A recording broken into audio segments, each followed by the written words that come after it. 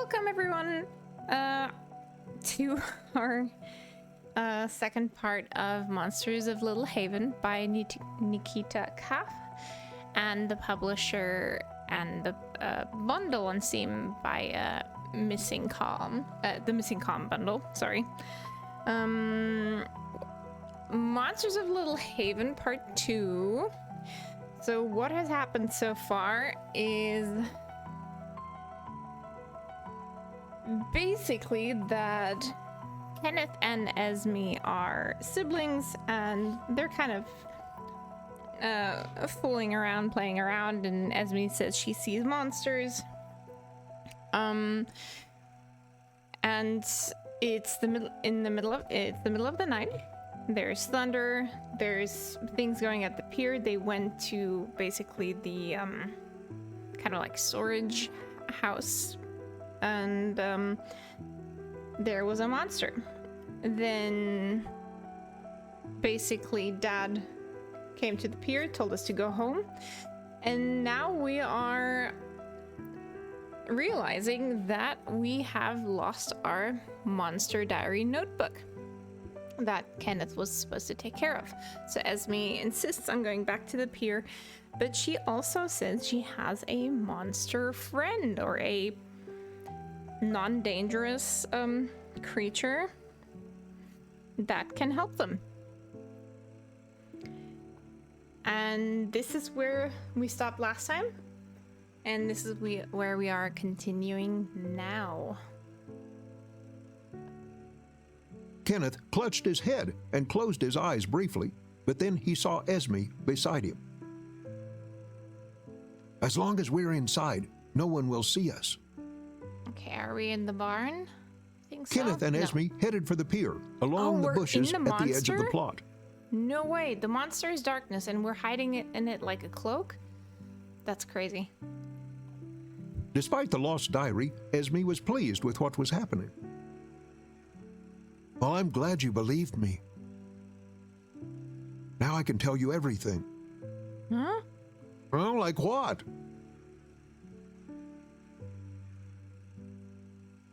Later. When they reached the pier, Kenneth saw his father sorting out the debris in the shed that he and Esme had made. Oh, yeah. The shed door was open. The diary was right in front of it. Oh. Kenneth left Esme behind. He decided to sneak in and get the book alone. Okay. Of course, with the help of Shadow. Yeah, Shadow's that monster, or friend, or that shadow friend, I guess. He will help you. Okay. Kenneth crept to the door and hid behind it. Then he reached for the diary. Suddenly, he heard his father's steps. He was holding a kerosene lamp. Oh, no. The light from the lamp shone in the doorway. Shadow began to sizzle like on a frying pan, but kept the darkness. What the heck?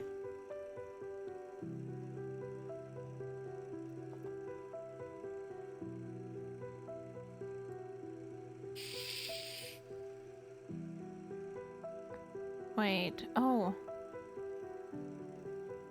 This is the kerosene, so we have to wait until it's dark. There we go.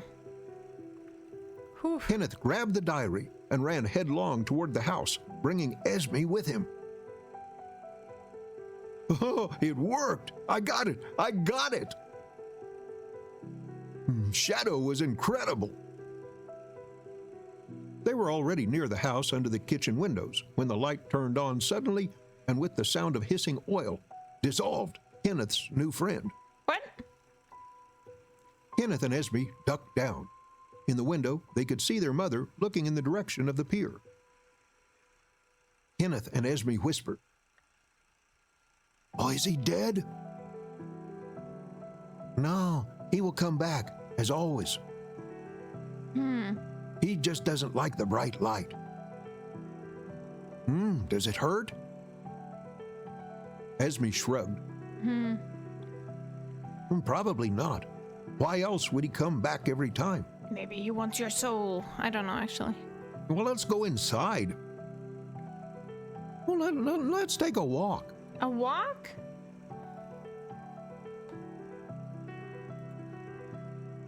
Well, what if Mom gets worried? Oh, I don't want Mom to worry. But I don't want to go home yet. As soon as I fall asleep, the monster comes. Oh, I can protect you. Well, let's walk a bit more, please. I have so much to tell you. Oh boy. Well, you can tell me everything at home. My thoughts exactly. Oh, you won't believe it. I have to show you. Oh goodness. Have you ever heard Mom sing? I can't remember. Probably when I was little. Her voice is wonderful. Esme grabbed Kenneth's arm and led him into the backyard. Listen. Quiet melodies were trailing over from the old well's direction. What? Oh, is it really Mom? Could have been Mom. That is her monster. Now you can see it. What? Oh, I don't like this anymore. What kind of monster sings in Mom's voice? He's not evil. Probably. He told me that a long time ago, before we were born, she'd had a beautiful voice. She loved to sing. But later, she gave up on singing, and that's when he appeared, that monster. Well, did he take Mom's voice? Let's throw some stones at him. He chooses violence. Nice, Kenneth. Nice. Kenneth showed Esme his backpack. There were some stones left from the hunt No for way. the first monster. Oh, he said that he hadn't done anything wrong, that Mom raised him herself. Oh. Does Mom see monsters? I don't know. But she doesn't see this one, and it makes him sad. She likes her voice very much. They heard the creaking of the closing door of the shed on the pier, and then steps. Kenneth and Esme ran to the corner of the house and saw their father coming. Do you remember Dad smiling?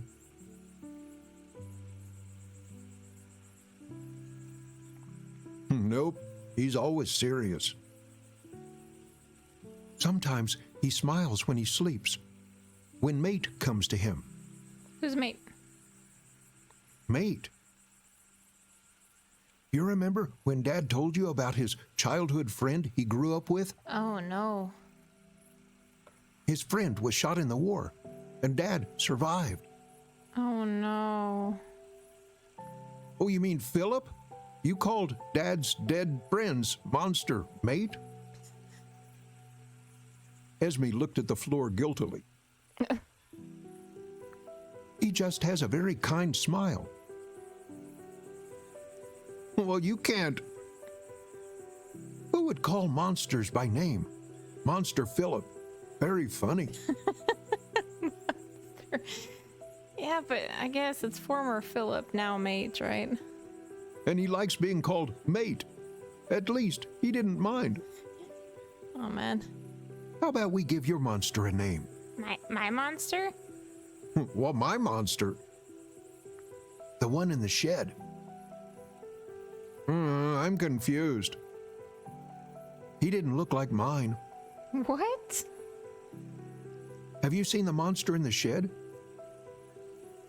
I don't know. I didn't get a good look. We scared your monster because of me. What? What if he's not evil? Well, maybe it wasn't a monster at all. Maybe it was a chipmunk. I'm tired. Let's go home. No way. You saw Shadow. You heard Mom's monster. Yeah, and Dad's coming home and he might check the beds. You want to leave me again? Esme ran toward the old well. A wolf or a dog. Kenneth ran after her. My monster looked like a wolf or a dog. Esme stopped at the well. Oh. I know, I saw him. I wanted you to come clean. Wow. Esme, please. Everyone pretends not to see their own monsters, even if monsters are standing right in front of them. They don't believe me. They think I'm stupid.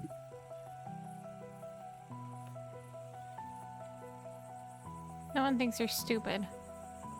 No one thinks you're stupid. Chapter Esme.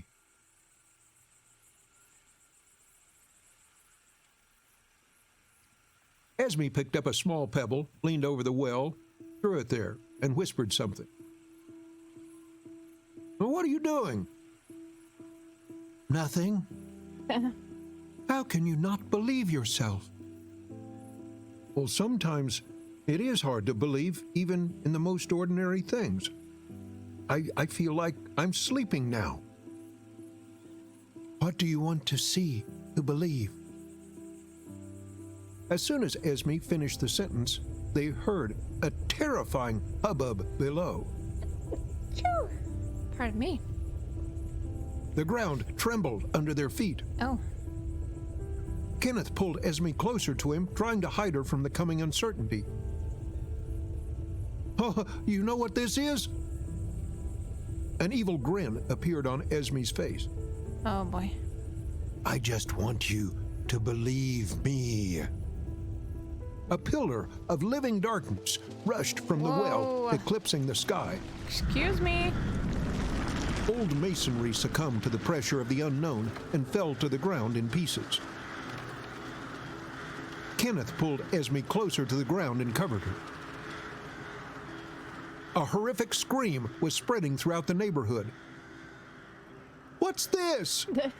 Esme, please, what have you done? Look! Kenneth was looking up at the seemingly endless stream of darkness until he saw the silhouettes of ravens. Kenneth was terrified. Esme jumped up and stood with her back to the well. What's happening?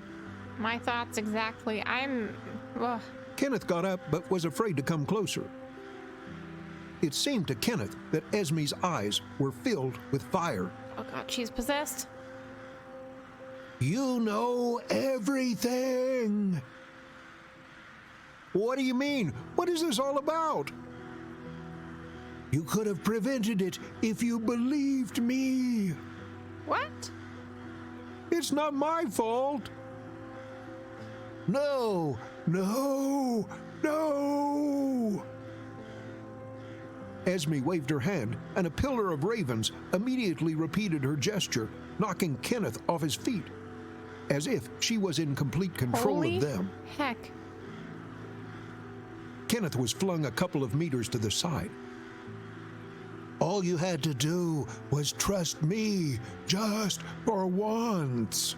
Didn't we? We literally said you weren't crazy, Esme. You are proving the exact opposite. Wait a minute. Is the game listening to my voice? After leaving the well, the ravens flew into the sky and began to circle around the Murphy family plot. That is terrifying. I love how this picture right now has a certain, movement to it. Super nice. Sorry!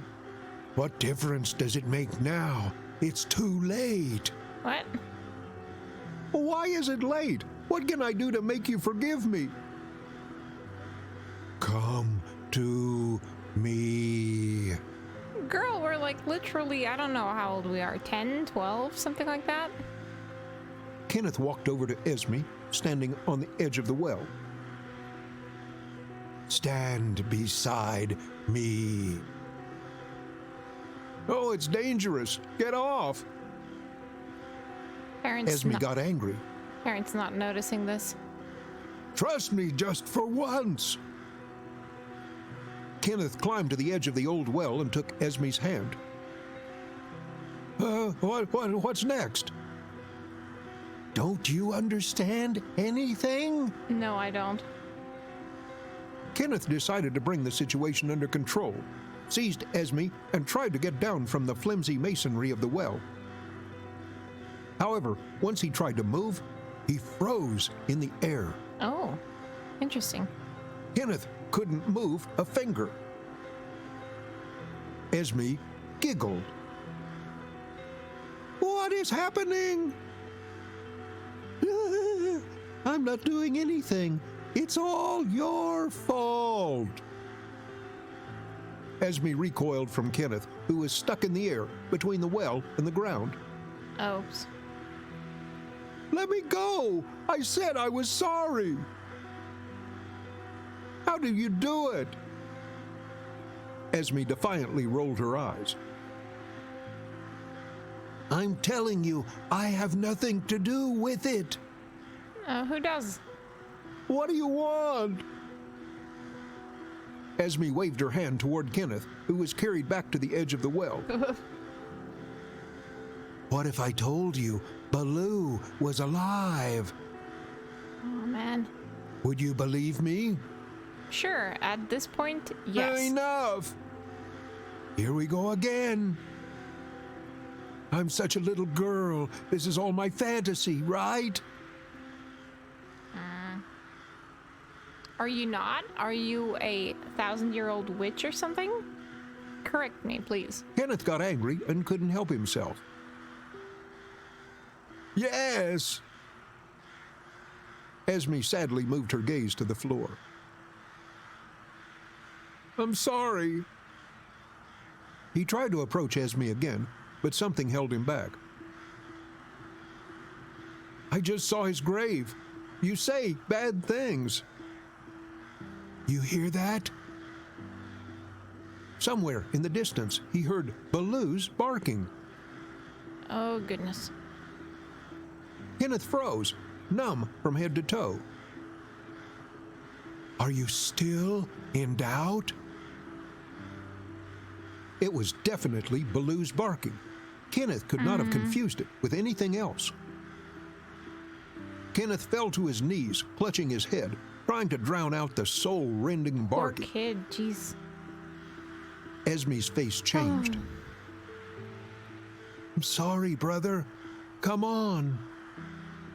I just wanted to teach you a lesson. I thought it would be fun. What? Look, he's coming this way. Kenneth didn't know what to expect from Esme, but he was tired of what was happening, so he just watched. See him? It was dark. Kenneth couldn't see anything. Don't scare him off. He's just afraid of monsters. Are we the monsters? Okay, let's act as if... Well, how did it end up here? Show him the collar. Esme, please. Just trust me. Well, that's enough. This is his grave. Kenneth pointed to a rickety hill with a small cross he had made himself. Aw, Jesus. That's so sad. No one is there. See for yourself. Yeah, because all the worms ate him, probably. With excitement, Esme fell on her knees beside the grave and began to scatter stones with earth to the side. Oh, no. Stop it! Don't do it. Kenneth rushed to Esme's side, but it was too late. When he came up, Baloo's grave had been excavated. What? But he was here. Maybe they buried him differently, and now the parents had excavated him to actually get rid of the, like, I don't know how it works, but depending on where you live, you can't just bury something or someone in your backyard. It doesn't, at least, like, where I'm from, you can't do that. I told you. He just ran away. There was a noise from the side of the bushes, revealing someone's presence. Take off the collar. Show it to him. Kenneth awkwardly unhooked the collar from his backpack and clutched it in his hand, staring into the darkness. Don't be afraid. Give it to him. Kenneth knelt down and gently moved his hand with the collar towards the bushes. It became quiet. nothing happened. Kenneth turned his head to Esme, giving her a questioning look. Wait, he's just scared. Suddenly, out of the darkness, he heard leaves rustling and stomping of the dog's paws. No way. Kenneth got knocked down. By a ghost dog? It was Baloo. Wait, actual Baloo?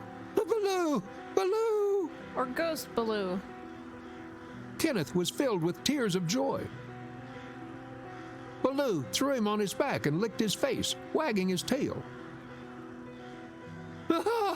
Oh, stop it, Baloo! Kenneth got to his feet, picking up the fallen collar. He tried to put it around Baloo's neck, but he was jumping around Kenneth as hard as he could. Hold him! Hold him! Let's put the collar on! After they managed to put the collar on Baloo, the three of them sat down on the ground. Wait, actual Baloo? How? Well, I'm sorry, I didn't believe Can we you. have a picture of Baloo, please? I'm not upset anymore. It was dawning. Oh boy.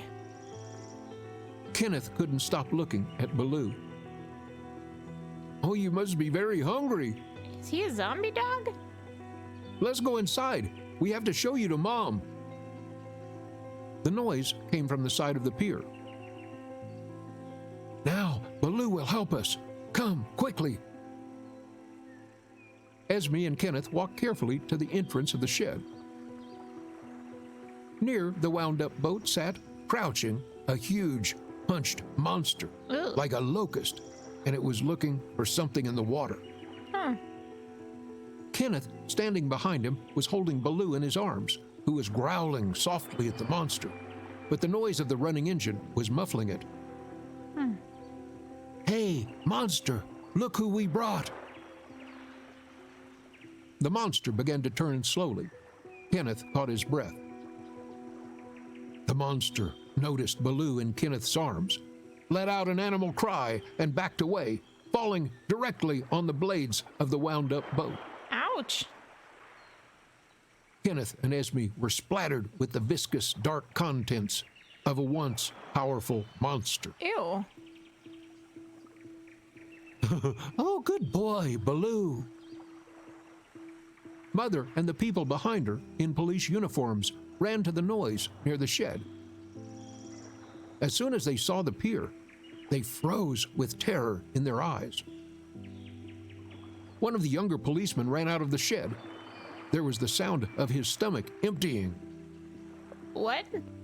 Oh.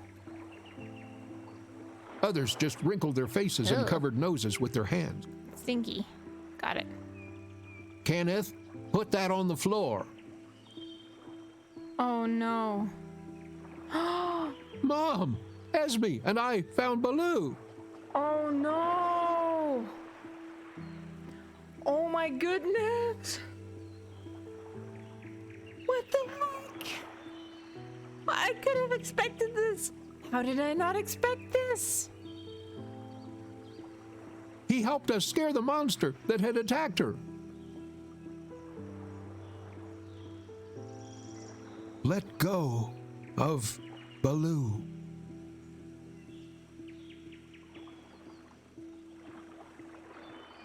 Brenda walked over to Kenneth and helped him to put the fetid body of Baloo on the ground, and then took him to the door and closed it so that he would no longer look at the pier. Jesus, what's going on? Mom, I got worms crawling all over my hands. Oh my God. Kenneth cried. It's okay. Let's shake your hands. Brenda was trying to calm Kenneth and herself, despite what she just saw. Police radios were buzzing. Where's Esme? Where was Baloo taken to? Get Dad to send everyone away.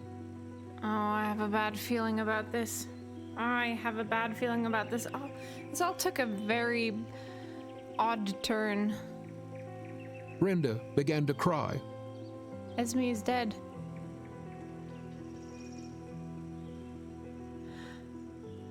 Esme died, and the person... Wait. The police cars and the ambulance gathered around the plot of the Murphy family.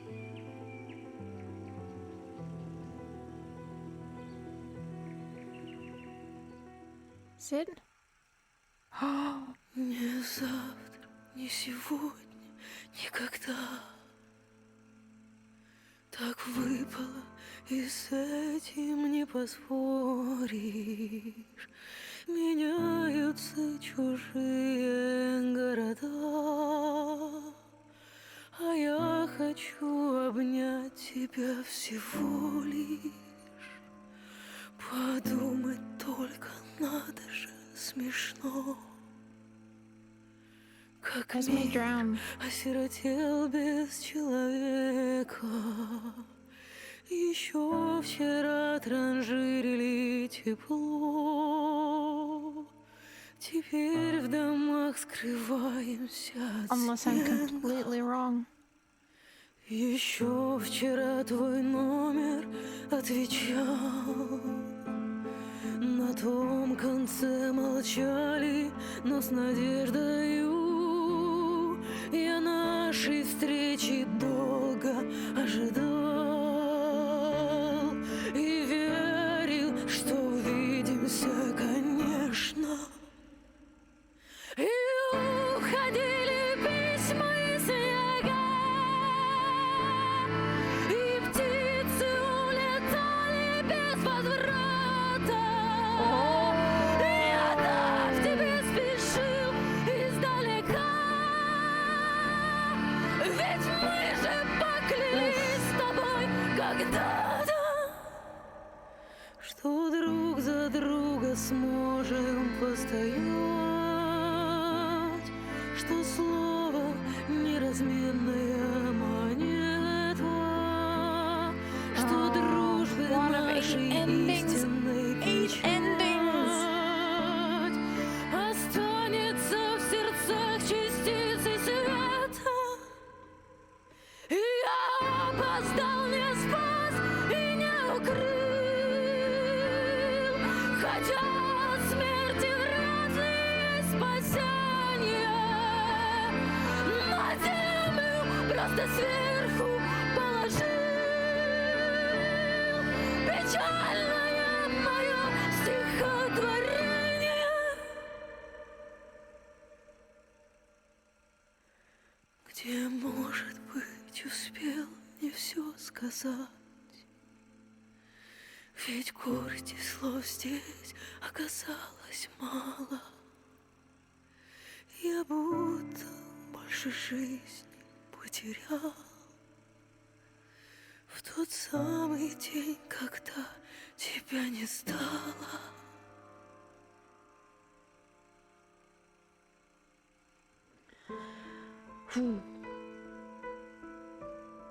My goodness.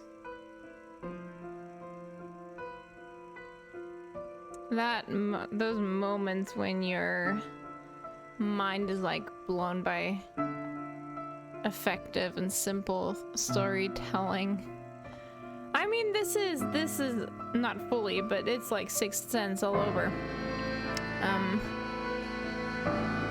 But just the simplicity of a plot. Like, what are the other endings? Is it different? Is everything different? Are we different? Are we alive? Are we? Because Grandma was mentioned in the end, so I was like, oh, Grandma's dead. But I did not realize the wet hair, the soggy boots.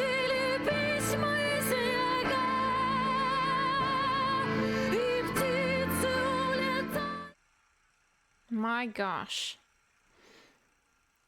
Oh, my heart. So much action.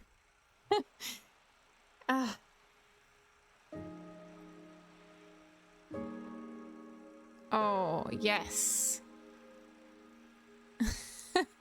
All right.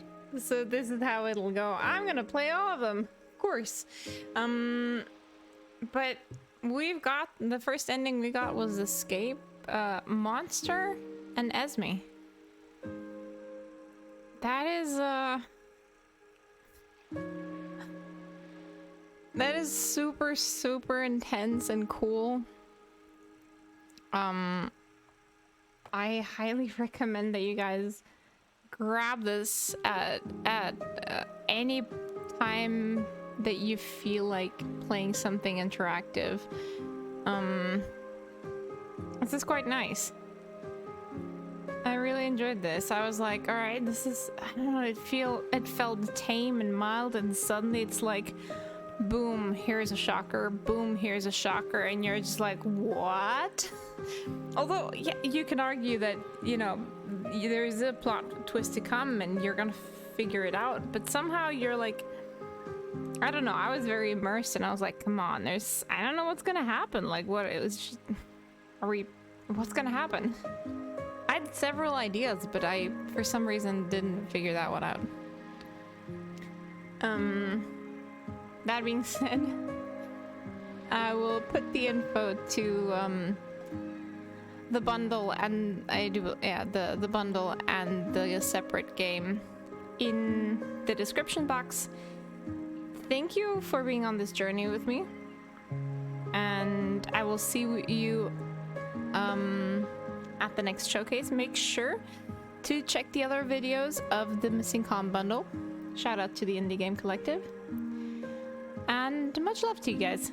Make sure you click the like button. Follow if you enjoyed this.